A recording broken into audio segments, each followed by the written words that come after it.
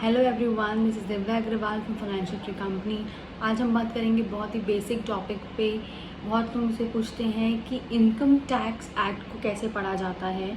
तो income tax act में सिर्फ इनकम टैक्स पढ़ने के लिए नहीं होता। इनकम टैक्स एक्ट में 5 से 6 चीज़ें इंक्लूड होती है जिनको हमको पढ़ना चाहिए अगर हमको पूरा लॉ जानना है। तो सबसे पहले होता है इसमें इनकम टैक्स एक्ट 1961, यानी जो एक्ट है वो इट्सेल्फ, उसमें सारे जो सेक्शंस हैं वो पूरे हमको पढ़ने चाहिए। इसमें अराउंड 298 सेक्शंस हैं और 14 शेड्यूल्स हैं। इन सब सेक्शंस को पढ़ के इनकम टैक्स एक्ट कंप्लीट होता है। देन नेक्स्ट है income tax rules. Income tax rules क्या होते हैं? इनकम टैक्स एक्ट में जो है वो जो कानून है वो लिखा है, प्रोविजंस है वो लिखे हैं। एग्रीकल्चर इनकम के लिए जो प्रोविज़न है वो लिखा है कि वो रूरल एग्रीकल्चर लैंड इस एरिया तक एग्जेम्प्ट है। फिर अगर वो अर्बन एरिया को कवर करता है तो टैक्सेबल है, ये लिखा है।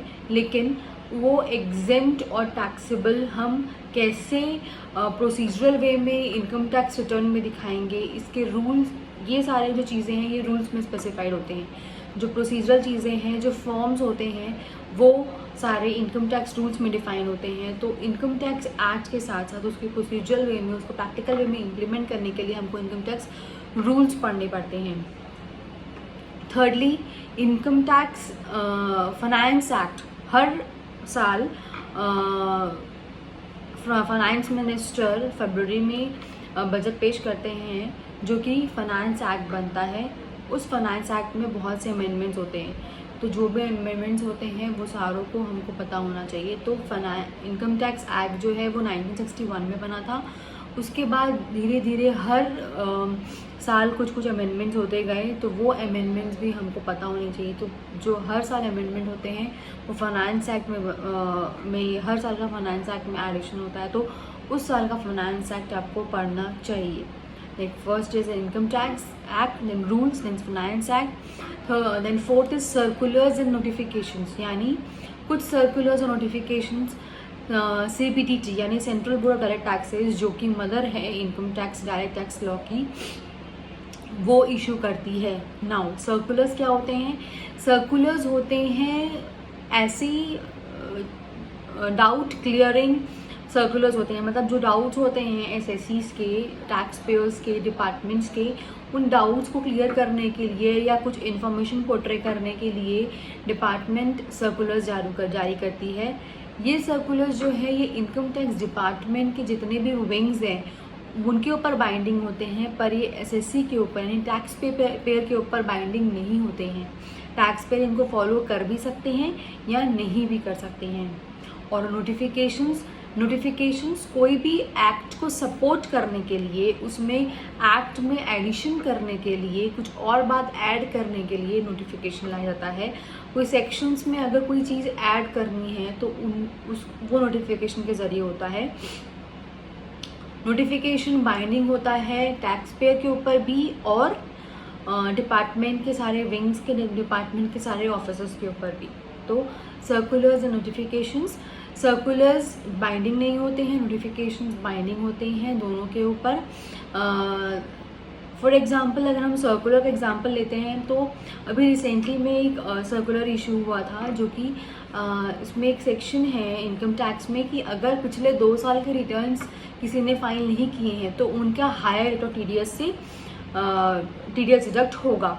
अब पिछले 2 साल के रिटर्न फाइल किए हैं या नहीं, ये चेक करने के लिए इनकम टैक्स डिपार्टमेंट में इनकम टैक्स पोर्टल में एक फंक्शनैलिटी एनेबल की गई है। तो एक सर्कुलर जारी किया गया कि फंक्शनैलिटी एनेबल की हुई है and you can go through it. तो डिपार्टमेंट को भी और एसएससी को भी ये चीज़ बताई गई कि ये हमने फंक्शनैलिटी जो है ये एक हमने पोर्टल में डाल दी, you can go through it. Notifications क्या होते हैं? नोटिफिकेशंस अभी रिसेंट में नोटिफिकेशन आया है कि अगर 20 लाख से ऊपर आप बैंक अकाउंट में जमा करते हैं पैसा, या 20 लाख से ऊपर विड्रॉ करते हैं बैंक अकाउंट में पैसा, तो आपको पैन कार्ड मैंडेटरी है। या आप करंट अकाउंट ओपन करते हैं तो पैन कार्ड मैंडेटरी है। ये नोटिफिकेशन है जो कि सब पे लागू होते हैं, एवरी ह्यूमन बीइंग जो कि इनकम टैक्स के दायरे में आता है। Notifications binding, circulars not binding.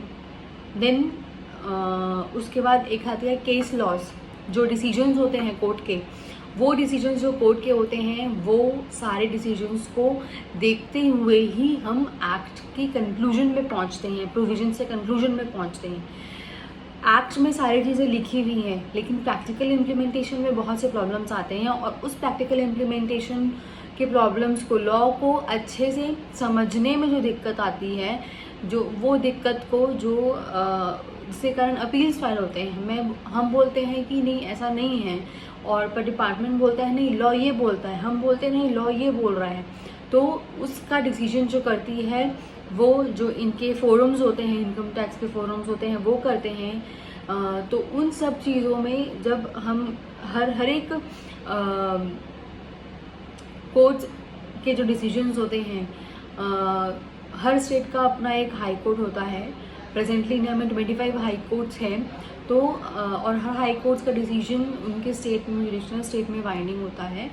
तो उन सारे डिसीजंस को देखते हुए हमको इनकम टैक्स एक्ट पढ़ना है। तो इनकम टैक्स एक्ट सिर्फ एक्ट पढ़ के ही आप कानून को नहीं जान सकते, आपको एक्ट भी पढ़ने हैं, आपको सपोर्टिंग में रूल्स भी पढ़ने हैं ताकि आप प्रोसीजर में उसको इम्प्लीमेंट कर सके। आपको फाइनेंस एक्ट भी पता होना चाहिए ताकि आपके जो रिसेंट अमेंडमेंट्स हैं वो किस लिए लाए गए हैं वो भी आपकी जानकारी में हो, और सर्कुलर्स, नोटिफिकेशंस भी आपको पता होनी चाहिए जो कि डेट के हिसाब से, कुछ भी चीज़ों के हिसाब से सिविलिटी अपलोड करता है, डिपार्टमेंट अपलोड करता है, एंड देन आपको केस लॉस पता होना चाहिए जो कि डिसीजंस होते हैं कोर्ट के। इन सब को मिला के इनकम टैक्स एक्ट होता है, और इन सब का आपको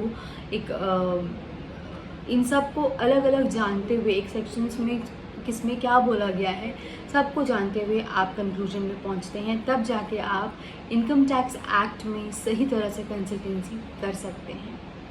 तो ये एक जो चार्टर्ड अकाउंटेंट होता है वो इन सब चीज़ों को देख के फिर कंक्लूजन में पहुंचता है, देन आपकी चीज़ों को सॉल्व करता है।